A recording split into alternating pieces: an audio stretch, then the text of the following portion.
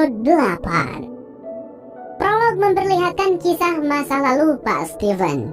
Pada momen itu ia bersama Alice anaknya dan Abby istrinya sedang dalam perjalanan. Entah lagi mau pulang kampung atau mau pergi liburan, kita tidak dikasih tahu. Diceritakan kalau Pak Steven dan Abby ini dulunya pernah bertugas menjadi tentara. Sekarang mah udah pensiun. Seumur hidupnya, Pak Steven memimpikan ingin memiliki sebuah perahu. Bukan perahu yang didayung ya guys, tapi yang ada mesinnya. Karena menabung itu sangat sulit, sampai sekarang Pak Steven belum kebeli perahu impiannya. Tapi di detik itu juga, Abby dan Alice memberikan sebuah kejutan untuk si ayah. Ternyata mereka sudah membelikan sebuah perahu untuk Pak Steven. Betapa senang, bahagia, dan berterima kasihnya Pak Steven kepada keluarganya itu. Dan tiba-tiba saja mobil mereka hampir menabrak batang pohon tumbang di tengah jalan.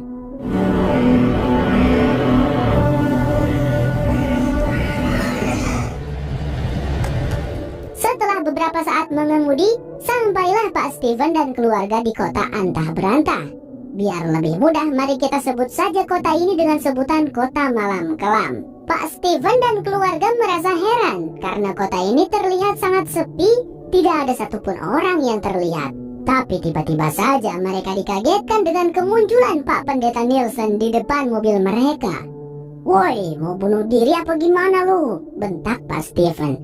Pak Steven ini orangnya suka marah-marah. Dengan sangat perlahan dan dengan sangat sopan, Pak Nielsen mencoba menjelaskan sejelas mungkin kepada keluarga Pak Steven bahwa mereka harus ikut dengannya jika ingin selamat. Hari sudah menjelang maghrib. Pak Nielsen tidak bisa menjelaskan lebih banyak. Pokoknya untuk sekarang Pak Steven harus percaya kepadanya.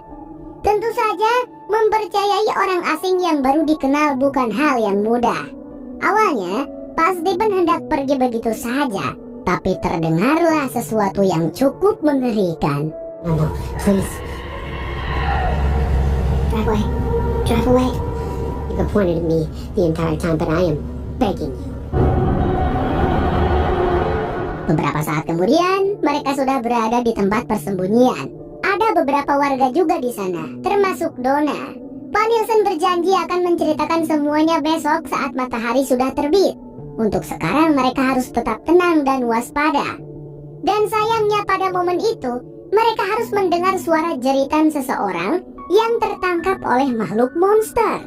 Biar lebih enak, mari kita sebut juga makhluk monster ini dengan sebutan Nightmoon.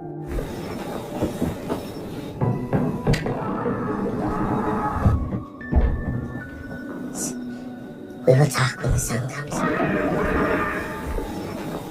Singkat cerita, pada keesokan paginya, Pak Steven dan semua orang akhirnya bisa keluar dari tempat persembunyian. Pintunya dibuat sedemikian rupa agar terlihat menyatu dengan alam, supaya para Nightmoon tidak mengetahuinya. Pak Steven dan keluarga sangat terkejut dan syok melihat beberapa mayat yang tergeletak di luar. Semuanya dalam kondisi yang di luar nurul. Untung saja kemarin mereka mau mengikuti Pak Nielsen. Kalau tidak, mereka pasti akan bernasib sama seperti para mayat itu. Dan by the way, mereka yang menjadi korban itu bukan yang dengan sengaja keluar dari tempat persembunyian, tapi justru tempat persembunyian mereka ketahuan oleh makhluk Nightmoon, dan mereka mencoba kabur. Pak Nielsen dan Donna lantas mengajak keluarga Pak Steven untuk mengobrol di kantin. Tapi ya, tidak banyak hal yang bisa diceritakan. Hanya tentang mereka yang terjebak di tempat ini tak bisa kemanapun, dan tentang setiap malam mereka yang selalu mendapatkan teror dari para makhluk Nightmoon. Selain itu, korban juga selalu ada setiap malamnya. Mendengar semua itu, Pak Steven mencoba menguatkan keluarganya. Dan karena dia adalah seorang mantan tentara, Pak Steven bisa melihat kalau kekuatan bertahan hidup warga sini sangat rapuh. Ia akan mencoba membantu. Dimulai dengan mengumpulkan seluruh sumber daya yang dimiliki oleh warga. Donna yang akan bertugas menjaga persediaan. Jadi untuk makan atau keperluan apapun itu harus dijatah dan harus secukupnya. Lalu Pak Steven juga menugaskan Abby istrinya untuk mengatur dan membuat sistem tempat persembunyian yang aman untuk para warga setiap malam. Harus ada sistem rotasi dan semacamnya untuk menyulitkan para makhluk Nightmoon menemukan mereka. Abby cukup lihailah dalam bidang itu. Singkat cerita, sudah berminggu-minggu lamanya Pak Stephen dan keluarga menetap di kota malam kelam. Setiap malam semua orang bersembunyi dengan aman, dan setiap siang Pak Stephen mencoba menjelajahi hutan, berusaha mencari sesuatu yang berguna untuk mereka. Dan mungkin siapa tahu bisa menemukan petunjuk agar mereka bisa pulang. Akibat dari itu, Abby seringkali ditinggal oleh Pak Stephen. Alice mulai khawatir kepada ibunya, karena ia sering melihat ibunya itu melamun sambil menatap kosong ke jalanan. Suatu hari di waktu siang, Pak Stephen kembali dari hutan membawa seekor kambing. Terlihat ia sangat senang karena menemukan sesuatu yang berguna. Ia juga melihat beberapa ekor ayam di hutan. Sepertinya mereka harus mulai membangun kandang untuk peternakan. "Gede gaming, bos," ujar Pak Nielsen yang takjub dengan penemuan Pak Stephen. Tapi tidak dengan Alice yang menemui Pak Stephen untuk membicarakan tentang ibunya. Menurut Alice, ibunya sekarang tidak sedang dalam keadaan baik-baik saja. Ia meminta ayahnya untuk berhenti pergi ke hutan. Jika itu sangat penting, bisalah gitu menyuruh seseorang untuk melakukan pekerjaan tersebut. Pak Stephen berusaha mendengarkan. Tapi saat ini ia akan kembali ke hutan lagi karena masih ada waktu sekitar 4 jam sebelum gelap. Ada sesuatu yang harus dia lakukan. "Alice, kau tahu kan kalau ibumu sangat kuat. Bantulah dia sebelum ayah pulang ya. Ayah janji malam ini kita akan membicarakannya," ucap Pak Stephen. Singkat cerita, saat Pak Stephen sudah berada di hutan dan tengah membuat tanda di pohon-pohon agar dirinya tidak tersesat saat menjelajah hutan, tiba-tiba ada seekor anjing yang menghampirinya. Anjing itu memiliki kalung di lehernya yang menandakan bahwa si anjing memiliki majikan. "Wah, kayaknya ada seseorang yang tinggal di sekitar sini," pikir Pak Stephen. Saat anjing itu berlari, Pak Stephen pun berusaha mengikutinya. Tapi setelah cukup lama mengikuti, anjing itu tiba-tiba menghilang di balik pepohonan. Sungguh sangat aneh. Pak Stephen pun dibikin sangat panik saat ia menyadari kalau dia telah masuk lebih jauh ke dalam hutan. Pria itu mencoba mencari jalan pulang ke kota malam kelam. Tapi hingga hari sudah gelap pun, Pak Stephen masih berada di dalam hutan. Sebuah suara mengerikan dari makhluk Nightmon kembali terdengar, membuat Pak Stephen langsung siap siaga dengan pistolnya.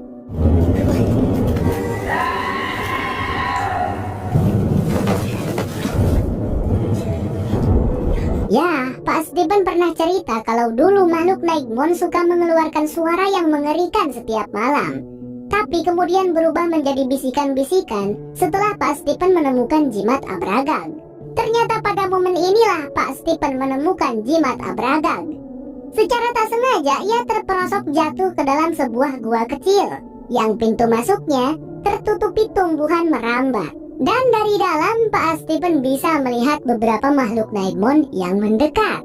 Tapi para makhluk laknat itu tidak berani masuk, lalu pergi meninggalkan tempat tersebut. Setelah cukup tenang, Pak Stephen bangkit berdiri dan ia pun menemukan beberapa batu yang diukir dengan ukiran aneh. Dia langsung bahwa batu itulah yang telah menyelamatkannya. Singkat waktu, pagi pun tiba. Batu-batu jimat Abragag yang ada di gua dibungkus dengan kemeja untuk dibawa pulang oleh Pak Stephen. Untungnya, singkat cerita, Pak Stephen berhasil kembali ke kota malam kelam. Tapi tiba-tiba ia mendengar suara tembakan. Setelah disamperin, ternyata sumber suara tembakannya berasal dari Abby yang sedang menembaki para warga.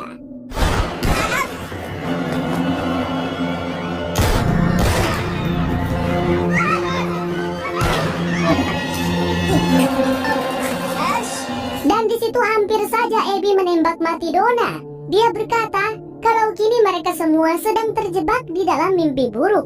Abby yakin dengan menembak mati mereka, maka itu akan membangunkan mereka dari mimpi buruk berkepanjangan ini. Untungnya Pak Stephen berhasil menghentikannya. Melihat kehadiran Pak Stephen, Abby menjadi heran. Ia merasa tidak mungkin suaminya masih hidup karena suaminya itu tidak kembali sebelum gelap. Jadi Abby mengira Pak Stephen sudah mati. Makanya dia mengamuk dan nekat menguji teorinya tentang kalau semua ini adalah mimpi buruk. Tiba-tiba saja Alice berlari ke sana dengan panik mengkhawatirkan ibunya. Abby pun berbalik sambil menodongkan pistolnya kepada Alice. "Abby, tidak, jangan!" teriak Pak Stephen sembari melepaskan tembakan kepada sang istri. Terpaksa ia membunuh Abby untuk menyelamatkan Alice, putra kesayangan mereka. Flashback pun selesai. Di masa sekarang, Pak Stephen terlihat mengunjungi Sarah di basement gereja. Lalu ia berkata, "Ayo jalan-jalan, Sarah." Pak Stephen membawa Sarah jalan-jalan ke hutan. Di sana ia memberitahu gadis itu bahwa Pak Pendeta Nielsen telah meninggoy. Dan kini satu-satunya alasan Sarah masih hidup adalah karena Pak Nielsen yang menganggap bahwa Sarah bisa membawa semua orang pulang. "Kalau ternyata dia salah, maka aku sendiri yang akan membunuhmu," ucap Pak Stephen. Beberapa saat kemudian sampailah Pak Stephen dan Sarah di sebuah pondok yang ada di hutan. Inilah pondok yang dimaksud oleh Pak Stephen saat menyuruh mendiang Frank untuk pergi. Rencana Pak Stephen saat ini adalah tetap sama, yaitu melakukan perjalanan untuk mencari jalan pulang. Tapi bedanya ia akan mengajak Sarah ikut bersamanya. Namun sebelum itu ada beberapa hal yang harus dia lakukan dulu di kota. Jadi Pak Stephen menyuruh Sarah untuk menunggu di sini. Ia mengancam akan membunuh gadis itu jika mencoba kabur. Sarah pun berjanji tidak akan kabur karena ia sungguh-sungguh ingin membantu semua orang. Di rumah keluarga Jim, Julie terlihat sedang menceritakan semua kejadian yang dialaminya semalam.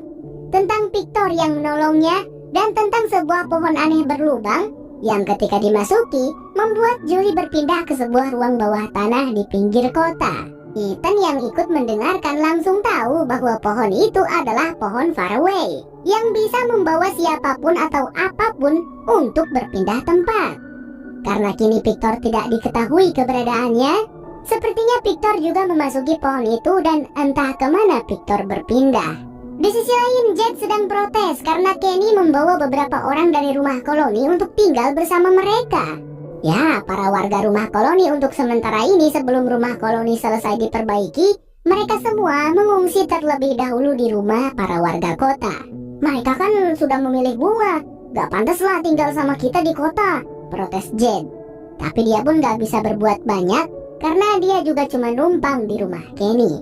Kembali ke keluarga Jim, karena kejadian semalam membuat Julie panik dan ketakutan. Dia sampai nangis, dan Tabi, sang ibu, berusaha menguatkannya. Tiba-tiba Jed datang tanpa mengetuk pintu, mencoba bertanya pada Julie di manakah Victor berada. Tapi Jim segera mendorongnya keluar. Di situ Jed ingin menunjukkan temuannya tentang foto Victor di masa lalu, namun Jim tidak mau dengar. Dia sudah muak dengan Jed. Terakhir kali Jim membantunya, Jed malah meninggalkannya. Merasa menyesal, Jed pun minta maaf. Setelah itu Jim agak tenangan. Dia menceritakan bahwa radionya berfungsi meskipun tidak mendapatkan sinyal. Jim ingin mencobanya di tempat yang lebih tinggi, yaitu di atas rumah koloni. Kalau di tempat setinggi itu kemungkinan besar sinyal pun bisa didapatkan. Pergilah Jim dan Jed menemui Donna yang sedang berada di halaman rumah koloni. Wanita itu sedang membersihkan potongan-potongan mayat korban keganasan para Nightmoon semalam. Ada 14 orang yang menjadi korbannya. Jim dan Jed turut berduka. Kedatangan Jim dan Jed kemari adalah untuk meminta izin kepada Donna. Mereka berdua ingin membangun sebuah menara radio di atas rumah koloni. Oh iya, sebenarnya tujuannya bukan untuk mencari sinyal, melainkan untuk menyiarkan sinyal. Berharap seseorang atau siapapun bisa menemukan sinyal mereka dan memberikan bantuan. Untungnya Donna mengizinkan. Di rumah keluarga Jim, tepatnya di basement, Tabi bercerita kepada Julie tentang alasan dia ingin bercerai dengan ayah mereka. Diceritakanlah kronologi kejadian di saat Thomas meninggal.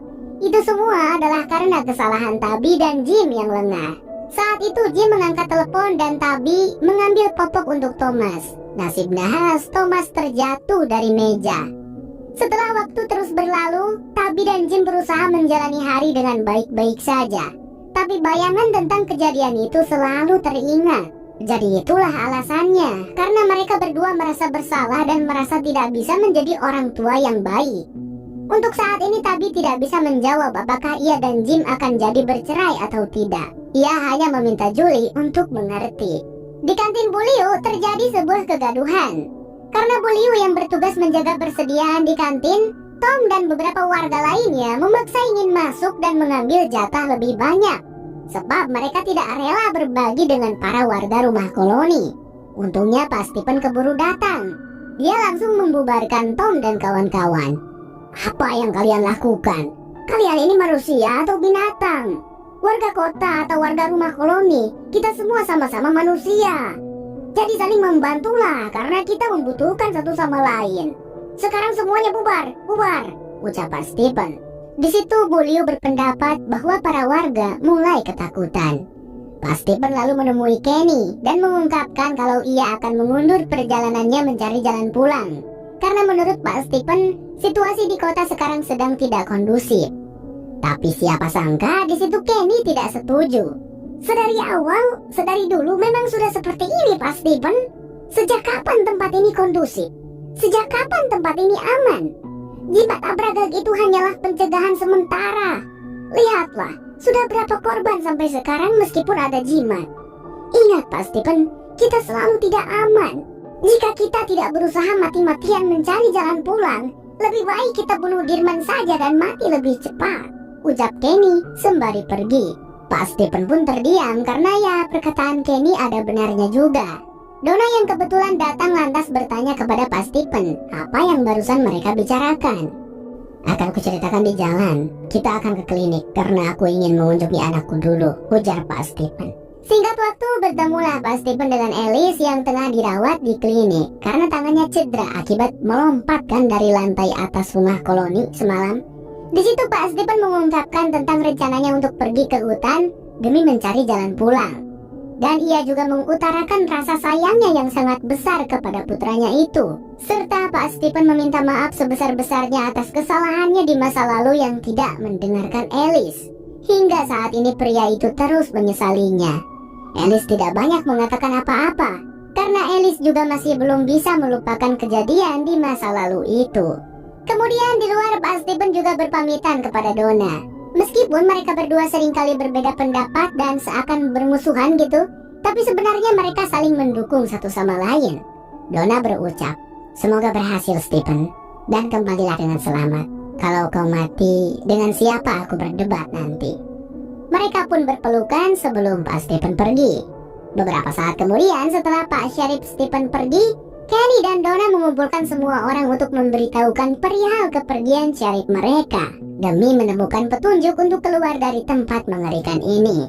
Sekarang tidak ada lagi circle rumah koloni dan tidak ada lagi circle orang kota. Semuanya harus bersatu bahu-membahu saling membantu demi kelangsungan hidup mereka.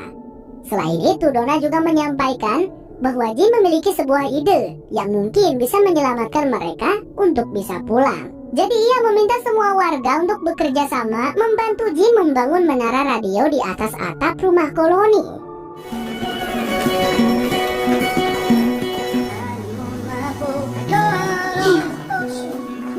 Pak Stephen sendiri saat ini sudah sampai di pondok hutan. Tanpa disangka ternyata Alice mengikutinya karena Alice ingin mengatakan sesuatu kepada ayahnya. Ia tidak ingin menyesal jika sampai tidak bisa mengatakannya. Pertama-tama Alice meminta maaf kepada ayahnya karena selama ini ia terus melampiaskan kemarahannya kepada Pak Stephen. Padahal itu tidak adil, karena Pak Stephen juga sama-sama merasakan sakit dan kesedihan ketika ditinggal oleh Abby. Pokoknya Alice minta maaf. Dan lagi semalam jika bukan karena batu jimat Abragag yang ditemukan oleh Pak Stephen, mungkin ia dan Fatima sudah mati dibunuh oleh makhluk Nightmon. Keduanya menangis terharu dan berpelukan. Tapi pada momen itu, Alice kaget melihat kehadiran Sarah di pondok. Pak Stephen tidak bisa menjelaskan banyak saat ini. Pokoknya kehadiran Sarah di sini adalah untuk membantu Pak Stephen. Ia meminta agar Alice tidak memberitahu siapapun. Setelah ia kembali, Pak Stephen akan menceritakan semuanya kepada Alice. Untuk saat ini Pak Stephen hanya meminta agar Alice percaya kepadanya. Setelah berpamitan dengan Alice, Pak Stephen segera mengajak Sarah untuk bergegas. Mereka akan bermalam di luar dalam perjalanan mereka. Dan untuk berjaga-jaga, kedua tangan Sarah pun diborgol. Vroom bersambung.